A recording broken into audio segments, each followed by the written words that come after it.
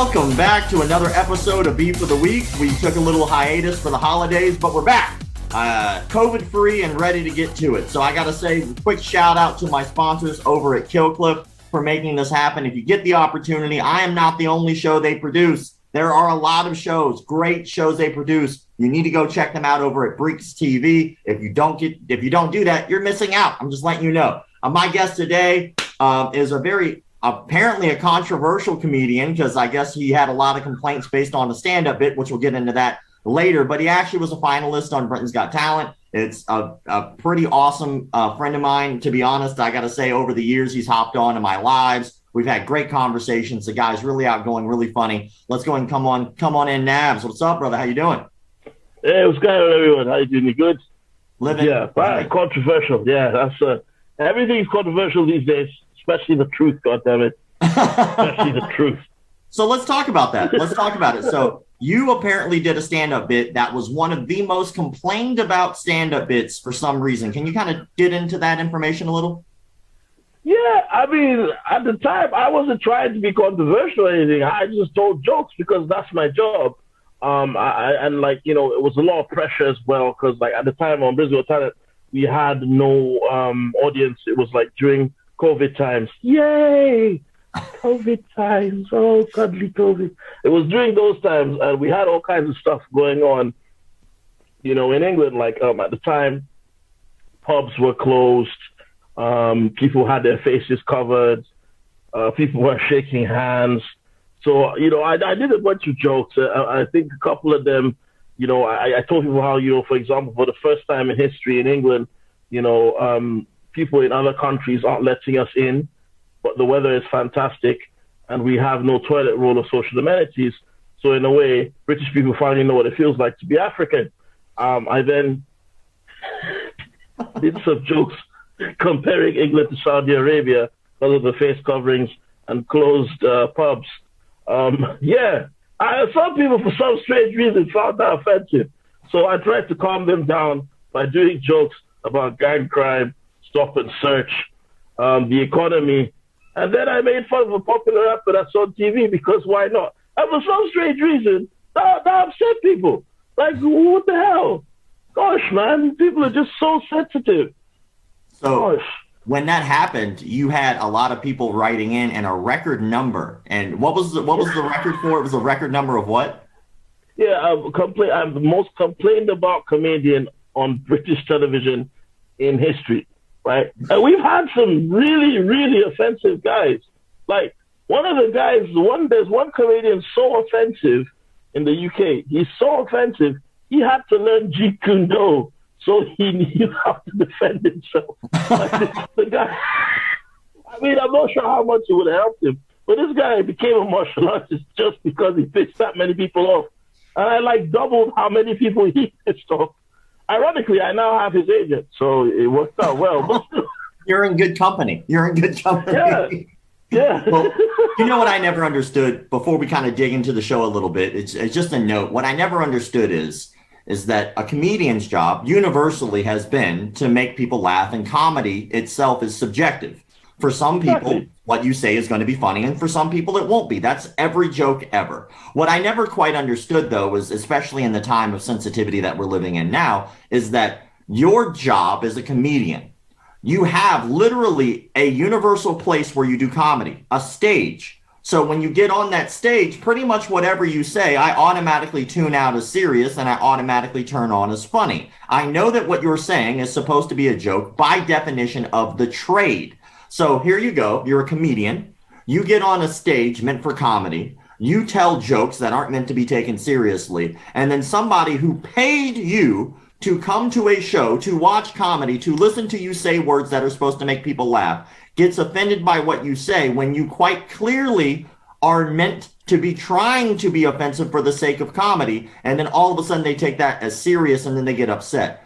What I call that is a hypocrite. Why do I call that a hypocrite? Because we all say things that other people will not like. The only difference is that a comedian has the balls to get on stage and say it to a room full of people, knowing that there'll be at least one person who will have a complaint. And you know what? At the end of the day, I say kudos to you, because I'm all about the freedom of speech. And I think that you should have the right to say whatever the hell it is that you want to say. And if people don't like it, they can turn the fucking channel. Don't buy the ticket. Don't show up to the show. But don't try to take somebody's job and knock them down a peg or two because you don't like what they said that you still sat around to listen to. Rant over. Yeah. And I just want to say to anyone that hears my comedy and is offended by things I say, it's down to your ignorance that makes you offended, okay? You shouldn't be offended by me because I don't identify as offensive.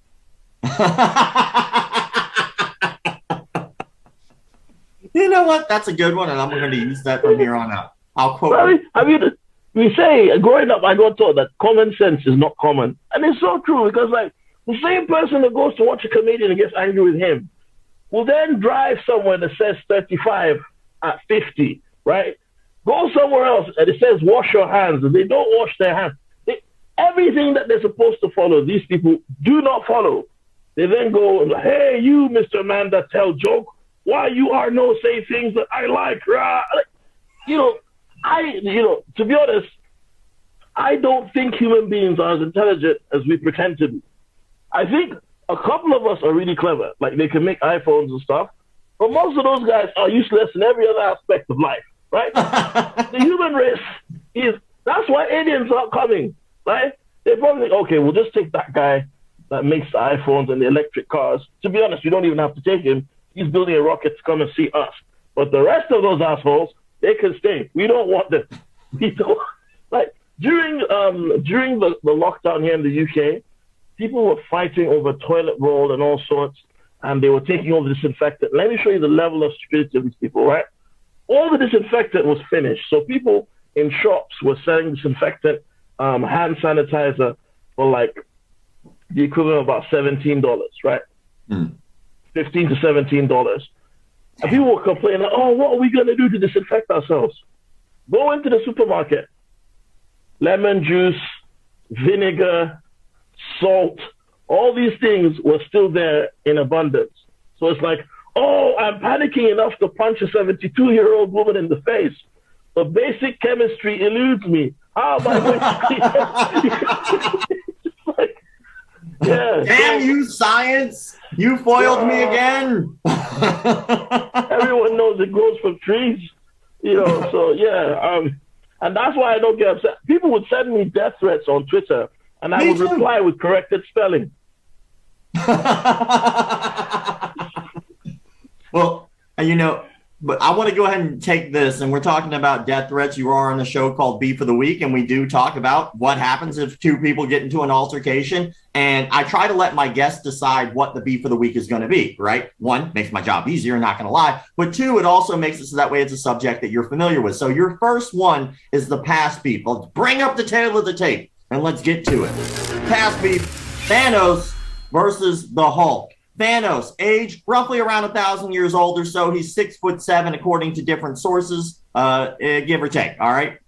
His weight is roughly around 985 pounds. So he's been eating his sandwiches. Notes about his superpowers: he's superhuman strength and durability. He has the ability to use magic, which I wasn't necessarily aware of. But then again, I'm not an avid comic reader like that. Apparently, he has the black arts. I don't know what that is different from magic, but I guess it is. Mysticism and head spins, cooking collard greens, honestly, freestyle rapping.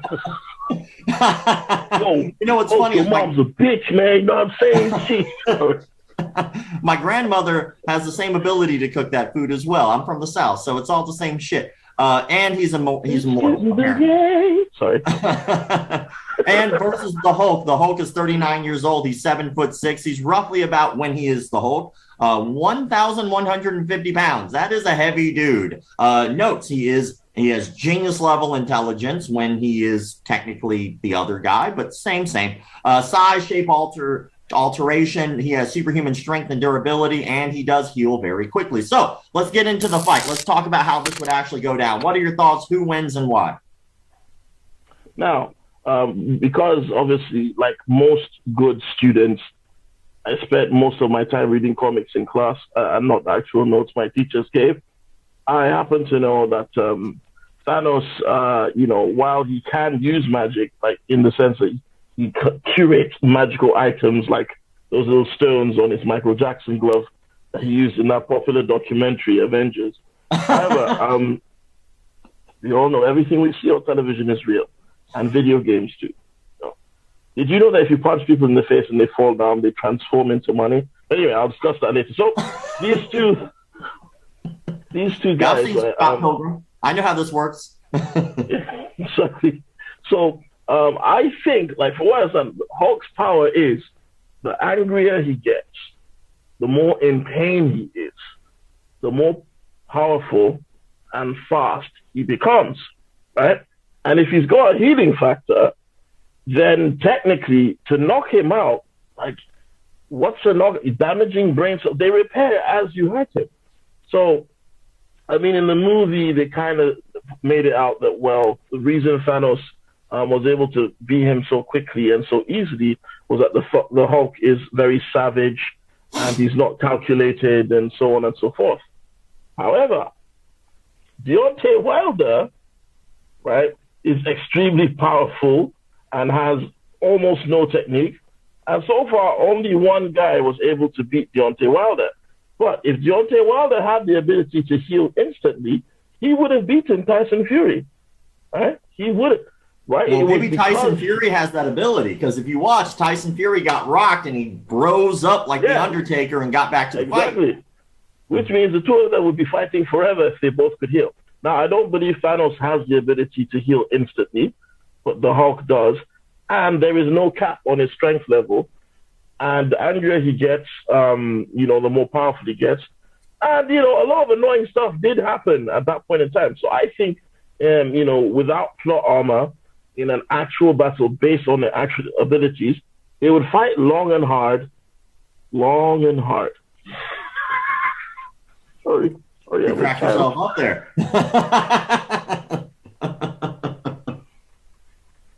I mean, think about even the Hulk's power. Think about that. He just gets bigger and bigger.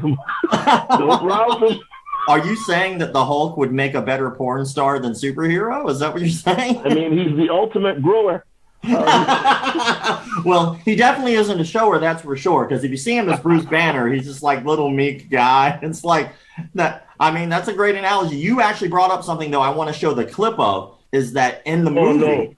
Yeah, let's go ahead and show it, man. In the movie, Thanos actually does kind of rock the Hulk, and he does it in a different way. And maybe this brings up a different side of things, which I like. So let's go ahead and play the clip real fast. And you can see how this goes down. So the Hulk comes in, downward down. He's just kind of getting after it. No real technique, like you said, just kind of being a savage. But then Thanos turns us around. Like, he's obviously a strong dude as well, as you can see. I don't see that. Krav Maga, by the way. That's the wrist. little kung fu for you. And then Thanos just hits him with the technique. He looked very calculated. He's kind of like Wing Chun master here during this particular fight. And then after he hits him, he picks him up and he just kind of tosses him to the side like a rag doll. So technically, in this particular fight, in that scenario, Thanos won, but the only reason he won was because of technique. So do you think technique would be a factor that Thanos might actually just have some skills that the Hulk might not have? It would be a factor if he was fighting someone that doesn't heal instantly. Now, the Hulk has survived explosions. He's survived, being struck by lightning from Thor's hammer. You want to tell me a bunch of left hooks and a slam that didn't even break the floor?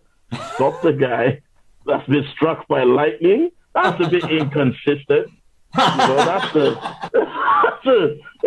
I didn't know any better, I'd swear that these movies are inconsistent with their measurement of things for the good of a scene. And what kind of documentary is that?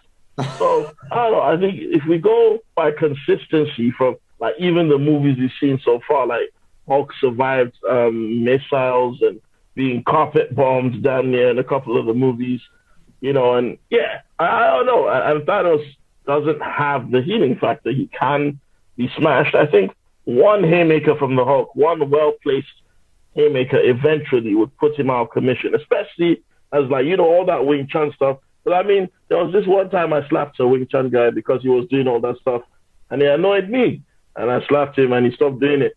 So I should imagine in the same way, all those little walk like an Egyptian things that he was doing would annoy Hulk to the point where eventually he's like, you know what, F this guy, and just hit him with that one Deontay the Hulk Wilder bang,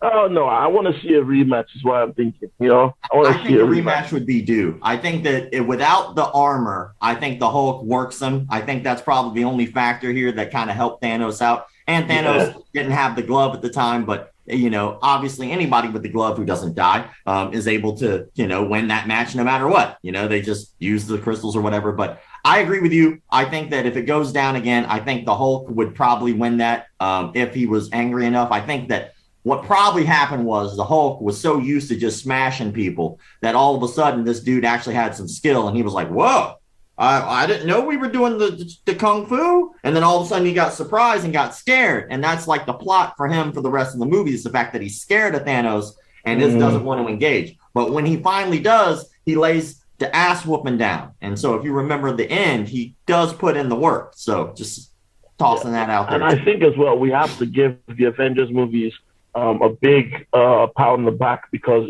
it's done a lot to erase toxic masculinity around the world. Because the most powerful gesture in the Avengers was a snap, and everyone just disappeared. Like, hey,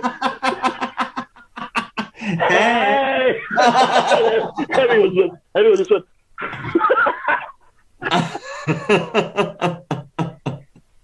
I mean, it wasn't no, it was just all the single ladies.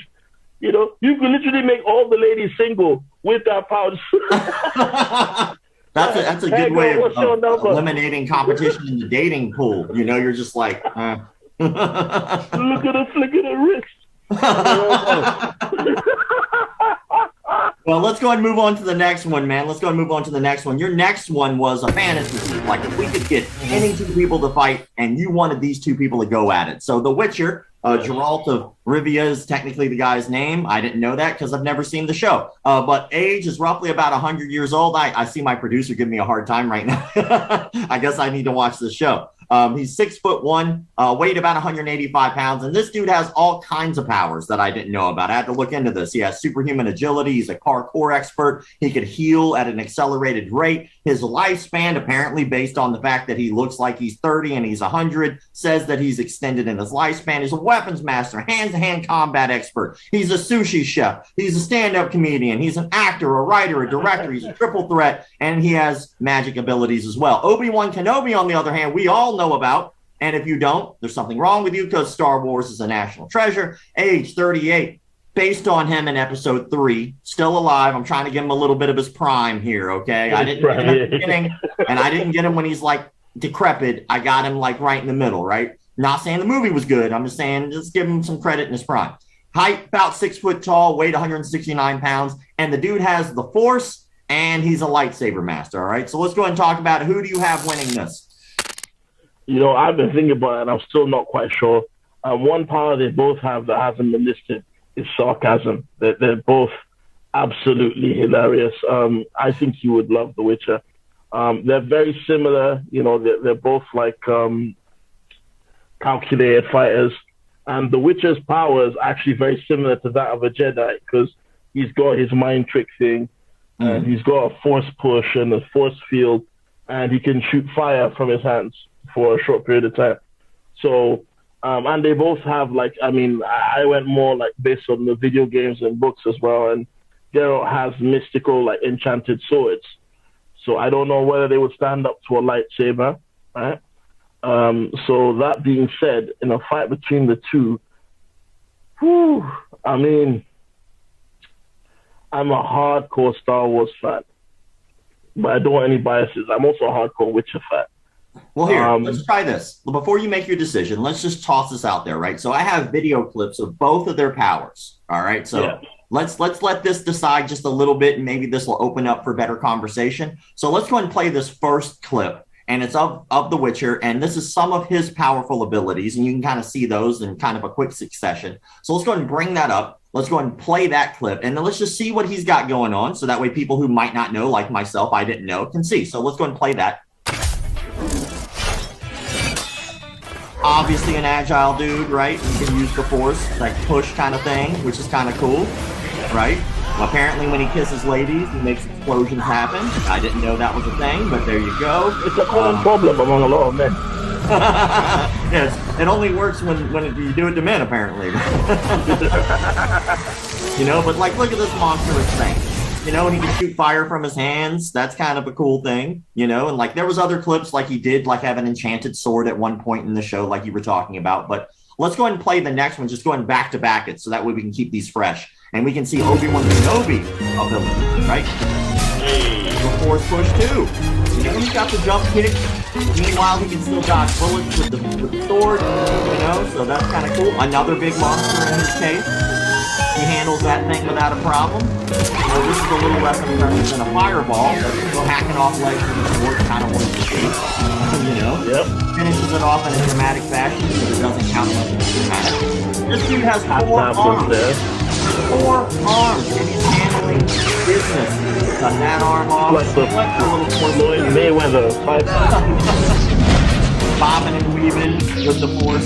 He shot that dude like 40 feet, and this is one that people forget.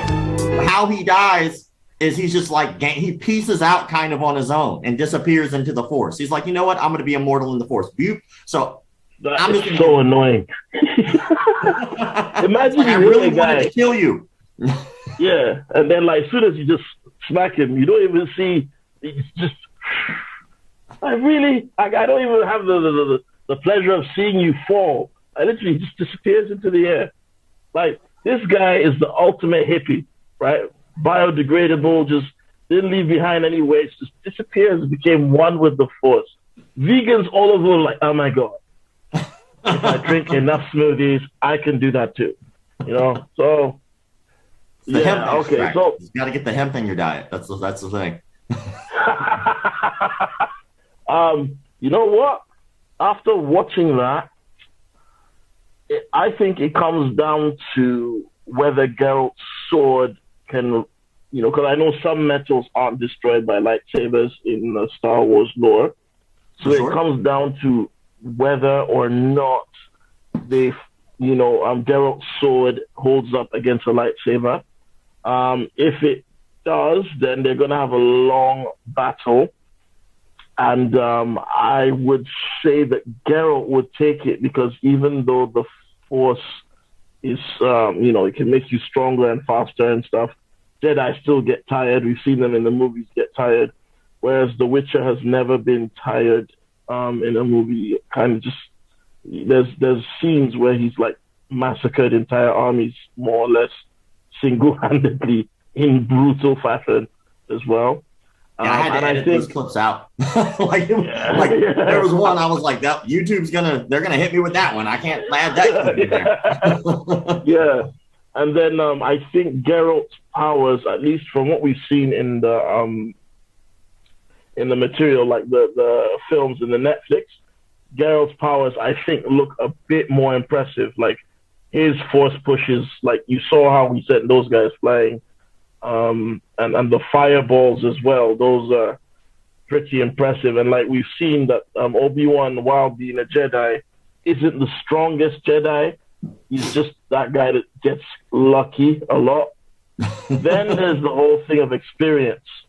So now that I think about it, and also Geralt is just savage. Obi-Wan isn't necessarily the most violent Jedi. He fights because he has to. He doesn't enjoy it. Whereas Geralt likes to kill people. He likes to kill things. That's a problem. He might want to see a therapist about that. He's like and then he's like the LeBron James of witches in that world. Like even all the other witches, like wow, you're really good at slaughtering stuff, bro. Yeah, but let's be honest. Does he have as many rings as Michael Jordan though? Nobody does. Thanos has many rings. Well, I'm going to go. The defense disappear. 2 snaps and a wiggle. I'm just going to go ahead. Based off my personal bias and the fact that I have not seen The Witcher, so that means that I obviously am going to be lopsided. But I've thought about this as well. I thought about this last night. because I watched the Witcher stuff and I tried to catch up so we'd have something to talk about. But here's how I imagine this going down, like you will kill yourself. And he goes, I'm going to kill myself. And that's it. The game's over, man. That's how the Force works. You will kill yourself. Like, I kind of don't want to, but you're convincing me, like you have a good point. I should. Mind control doesn't work on witches. Actually, in theory, if it did work, but then Geralt could do that to Obi-Wan too. What if it was just like a dual suicide kind of thing? They were like, you will kill yourself at the same time. And they were both like, good point. And that was it. That's the game.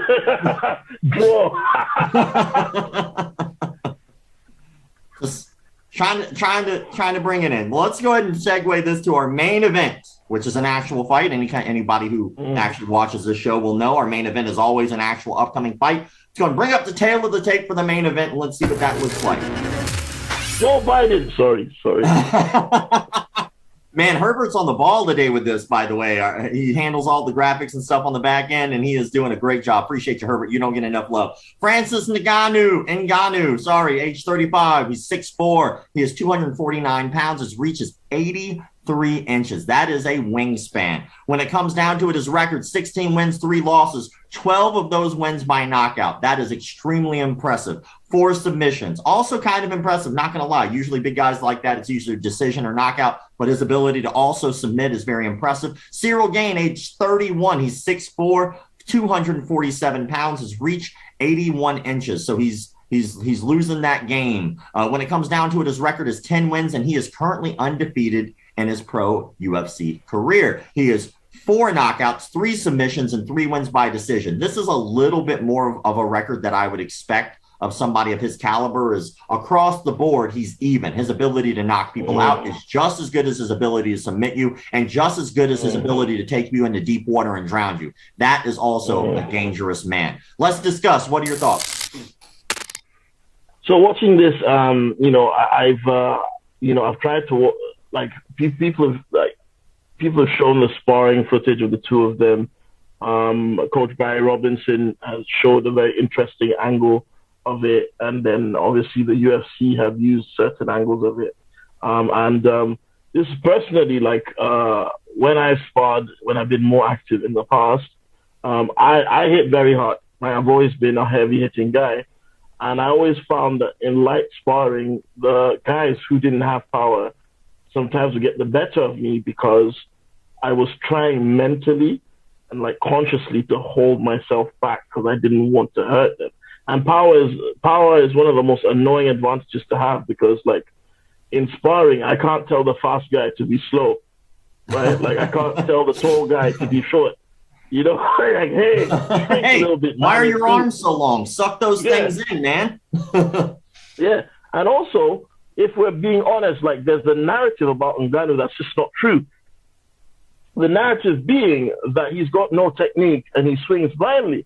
I've rewatched some of his fights. Once or twice he's had moments where he's swung wildly, but almost every boxer has had those. Every MMA fighter has had those. I want to touch on that because I think that what you said is extremely important for people to understand. Ngannou, in the beginning of his career, he was the guy that would just swing hard and try to. And you can see this when he fought Stipe. When he fought Stipe the first time, Stipe was a tactician during that fight, and everyone was on the edge of their seat watching that fight because everyone knew as soon as one of those punches hit Stipe, the fight would be over. But Stipe was calculated. He played the distance game very well. He was able to move and get away from those big shots and able to slowly but surely pick Ngannou apart the first time. The second time was not the same man. And we're talking, this is years in between these fights, years, 2-3 years or something like that. So by the time he fought Stipe again and beat Stipe, you could see that he was taking his time. He was much more of a tactician. The man is a skilled fighter. Wrestled Stipe as well. And Stipe is extremely good. Nothing but respect for Stipe. So amazing athlete. So I think that is a misunderstanding is that, I think people who don't pay attention might think that. But to add to your point, though, as well, is that he does hit really hard. You were talking about how you hit hard. And I found this edit, and I love this edit of him when he fought Overeem. And everybody who watched the Overeem, You saw Overeem's soul leave his body. And so, but I found this amazing God, edit. that was his toes. His toes look like a diver's fingers. So, but watch this. I found this edit. A friend of mine actually does these edits. It's Snatch and Snacks, and this is like a great edit. So let's go ahead and play this, and you can see this knockout.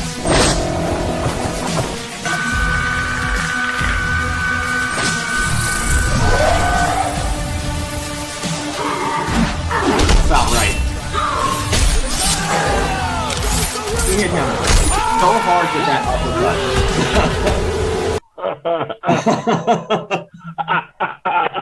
He hit him so hard with that uppercut, his soul evacuated his body and went into space. Like, that was one of the nastiest uppercuts I had ever seen.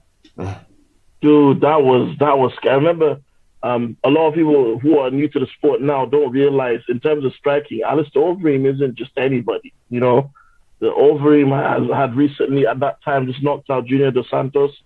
Junior Dos Santos. I'm pretty sure he knocked out Junior Dos Santos. Overeem had knocked out Mark Hunt. So, you know, you needed more than power just to take out someone like Overeem. And Overeem had a really extensive kickboxing background as well. He wasn't just an MMA fighter. He won Glory, He had more. He had a lot of kickboxing bouts.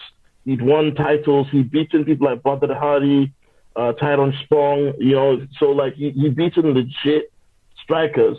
And Francis Ngannou, who had never been a kickboxer before, just started striking, started doing MMA, was able to time him. Because the thing is, that's not blind power. Like, as you know, it's not easy to catch anyone with an uppercut.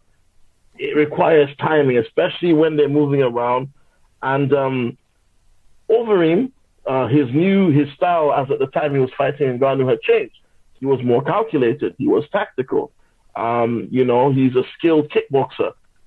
I don't believe that Ciryl Gane is a more skilled kickboxer than even a diminished Overeem. I don't believe that Ciryl Gane is more polished than Stipe. I don't believe that Gane has better takedown than Stipe or Curtis Blades, a wrestler that Francis Ngannou sent into the Shadow Realm twice. Twice. The guy had the chance to correct his mistakes and still got sent there. You sit down next to Ben Askren right now. You know? Rapping with Tyrone Spong. I just imagine, like, you know, you get hit, you go to sleep, and then you wake up, and then, like, you're over there, and you look over.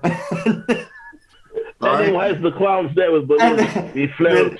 We all float. You know? But that being said, there's an interesting theory, right? Now, before the fight between Miocic and Francis Ngannou, Chael Sonnen and a friend of mine that, you know, who doesn't know Chael, but like, two people said this to me, and it made sense. They said that if Stipe fought Francis Ngannou that year, Stipe would get knocked out. And their reason was that Stipe fought Daniel Cormier right after being knocked out by Daniel Cormier. And then they had that fight where they both battered each other. Cormier put a beating on Stipe in all, 3 of their meetings, right? Now, whether you get knocked out or not, those kind of shots will wobble you. Those kind of shots, apparently, according to bro science of combat sports, will weaken your chin, right? So he's had these horrific bouts with Daniel Cormier where he's been hit with powerful shots. And then he fights Francis Ngannou. So some people had the theory that Stipe was damaged when he came in there because he didn't have the time to rest. Which is a good theory. And to be honest, like the bro science behind that actually has real science behind that. According to the CDC and according to national health organizations like the Brain Injury Institute and things like that, the fact is that over a long period of time of taking damage to the head, that is actually what causes CTE. And the crazy thing about CTE is that you can't test for it until you're dead. Like, the only way to know if you have CTE is after you die, they cut your brain open and they put a chemical dye on your brain, and it will pop a dark color, and you can see that it happens. And the only way to really kind of describe what it looks like and how it kind of affects you in the long run is imagine that you have all these synapses and things firing in your brain, and imagine they're kind of like glow sticks, and they're cool. They're all connected and doing their thing. Well, imagine if I took a glow stick and I cut a little bit of that glow stick and broke it.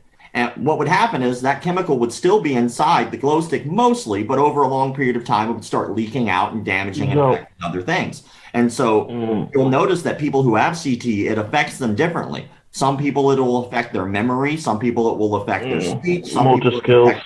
It'll affect their motor skills. And some people, it even affects their emotions, as we saw in like Chris Benoit and what happened with him.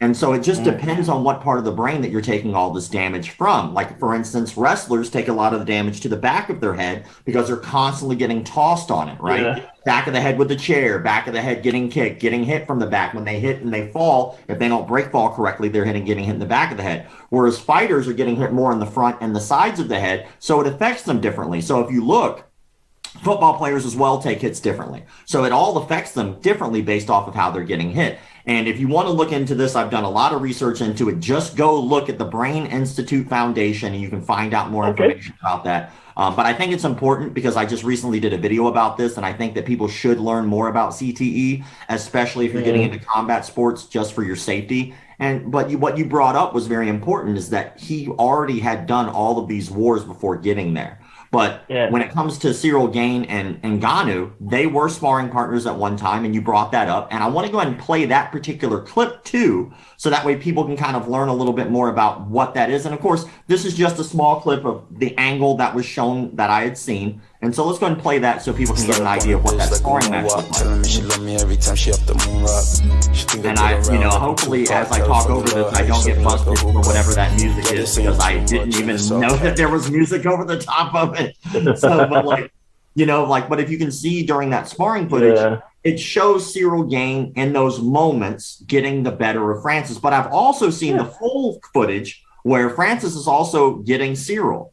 So sparring and fighting are not the same thing. They're not the same thing. You're not the same person in the gym when you spar as you are when you step into the ring, the cage, or on the mat. That's just a fact. And so, in my opinion, just to give you my answer, and then I want your final answer here, is that I think Francis Ngannou, if he's able to stay on the outside and use his reach, based off of his record and his actual record and his track record of how he's handled fights, if he's able to keep the distance and use those hands, I think hands down he puts a whooping on Ciryl Gane. I think if you're Gane, based on his versatility, not only being able to knock you out, but also being able to submit you and being able to win in the deeper water rounds, I think that if he is able to bring in the fight to a close range and smother Francis and take away those giant cannons of arms that he has, then he has a real chance of winning. The hard part is that that's the same thing everybody tries to do, and it doesn't necessarily work out for them either. So what are your thoughts? Alistair just woke up now. Yeah, I just said that. Somebody that he has hit in 1942 popped up and said, "Oh, what happened?" Yo, he hit Alistair so hard. My old Nintendo 64 control pad started vibrating. That's how bad it was. Yo, that guy had power. So similar opinion to you. I watched the sparring. I noticed as well in a few of the fights that Gane has, he has like a habit of resting his head or chest, his face into the chests of his opponents to push off them and get physical in the clinch. And Ngannou's best punch is the uppercut, I think. I mean, everything Ngannou throws hurts. I've seen him drop people. He dropped Stipe with a jab. Stipe. And now Ngannou throws head kicks and leg kicks. So yeah, I think Ngannou, simply because, one, when Ngannou is angry with his opponents, it tends to be particularly brutal. Rosenstrike actually annoyed Ngannou. We saw how that ended. Overeem annoyed Ngannou with some of his comments that he made for the fight. We saw how that ended. And the Miocic thing as well. Ngannou went in there with a point to prove. and he's got a training camp behind him that trains legit boxers as well. Like Carlos Takam is using his striking coach, and Carlos Takam is a brilliant boxer. Ngannou has good wrestling defense. There's just, for Ciryl Gane to win, I mean, he hits hard himself. Who knows? He might knock Ngannou out quickly. But from what we know, the information that's been presented, for Ciryl Gane to win, he has to fight the perfect fight, because on the outside, he's in range for looping punches. On the inside, he's in range for uppercuts. He goes for a takedown and it doesn't work. You know what might happen there. You know, but the thing is, he has to fight the perfect fight, not for 5 rounds. He has to do it for 3. So if it goes past round 3, but even then, look how many rounds Miocic was beating on Francis Ngannou, taking him down, and still Ngannou was dangerous for all 5 rounds. So I don't know, man. I think the Predator might take this. I think the Predator might come in with a point to prove. Yeah, man. I think you're right. I think, in my opinion, I think that Francis, especially being a new title holder, I think that he will have a lot more to want to keep it. And you know, in the UFC, titles change hands quite a bit. So getting somebody who actually can keep it and hold it is really impressive. But I think he might be one of the guys to do it. So let's go and go to the presser. Let's go and do a recap here real fast. So when it came down to all the particular fights that we have talked about so far, I think we both are in agreement that the Hulk would probably win against Thanos if Thanos didn't have the armor. I think we were split. I think Obi-Wan Kenobi beats The Witcher. You said The Witcher beats Obi-Wan Kenobi. And then when it comes down to it, I think we're both under the impression that Ciryl Gane does have a actual chance and a shot to win, but still most likely will go to Francis Ngannou. Now, when it comes to you, my friend, how can people learn and hear more about you and follow you and keep up with you? Well, go on Britain's Dumbest Criminal. No, it's a case of it's a case of pick your poison. I'm on all social media outlets. So my full name is Nabil Abdul Rashid. So that's Nabil, first name, last name Abdulrashid. I come up on Instagram. Man Like Naps is the handle on Instagram. I'm on Twitter. I'm on YouTube. I'm on TikTok, but I don't do any dances. It's just stand-up videos. And yeah, I'm currently touring the UK. We want to do stuff abroad as well, but you know, there's a little head cold that's going around that's making that difficult at the moment. But yeah, I'm online. I'm active online. I respond to people. So yeah, you know, anyone that wants to find me, I'm easy to find. But yeah, Man Like Nabs. Do I have to spell it out? People aren't stupid. I'm sure they can reason. My name Nabs is here. So Man, M-A-N, like Nabs on Instagram. I think I use Instagram the most. Yeah, I post lots of selfies. Yeah, you come on there all the time and you join my live all the time, and I always enjoy our conversations. It's always fun. And I always wrap the show. Oh, dude, it's such a good time. That's why I wanted to have you on the show, because I knew that it would go well. But I want to say I always wrap. Even vegan. I'm trying to like disappear into the forest, man. Like I want to have that kind of. I always wrap the show with something I call the martial moment.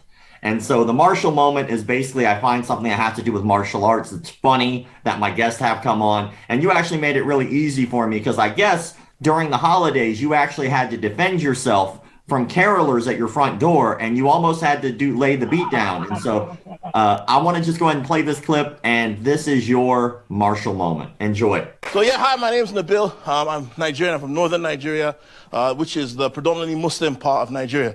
So I moved to America. I was there with his uncle, who's like a district attorney, and he lives in a little like really middle-class white area just outside of DC. And I was over there, and it was the Christmas period. Like I said, I'm Muslim, so I know a bit about Christmas, but we have a different take on things. And, you know, in Nigeria, we don't really have Christmas carols and snow and that kind of stuff, you know. Generally, going outside a Nigerian house and singing at night is not a good idea.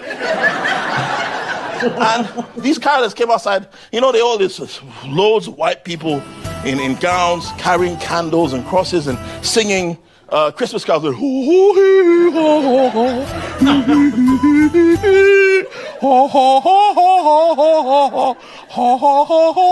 Something, something, something, something.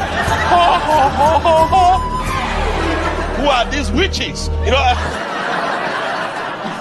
inside the house. The thing is, that sounds sweet now to the white people in the audience, but you need to understand, like I said, all I know about America is from films. And from what I've seen in films, if you are in your house as a black person and 12 white people stand outside the house in long robes and gowns, carrying crosses and open flames, singing, it is not glad tidings for you. I thought they were the KKK. I want that cowboy, I had a machine, I was standing outside ready for beef, like, no, you will not kill me. You will not kill me. All of you will die. We will die together. You will not kill me. No, right? I mean, that my cousin like, hey, man, what the fuck, man? Come on, man. Calm down, man. Like, yo, you tripping, boy. Yo, like, come on, man. It's carols, man. I said, Carol, I don't know any woman. No. Nah, dude. I mean, like, carols, man. You know what I mean? Like, these motherfuckers singing and shit. You know, man. Like, come on. They're sharing their culture, man. They're Christians, man. Like, they come out, they sing. It's Christmas, you know. Come on, man, loosen up. So they're just sharing their culture, their religion with me. Wow. I feel so ashamed of being. Why would I ever think that a bunch of white Americans are racist? I feel so bad. It's like, you know what? That's fine. I'm gonna share my religion with them. So the next morning, 3 o'clock, the Muslim prayer of Fajr, I went and wore my kaftan, my jalaba, yeah, and my kafia, and I went outside their house. You want to share religion? Let's share now. Let us share. Did I ask you? I said, I'm going to share my religion with them. I went outside the house. Allahu Akbar, Allahu Akbar, Allah. You know what? I saw them looking through the windows. I was like, wow, I've risen them. They're hearing the adhan. Guess who got detained for 90 days? Sometimes it's better not to share. You guys...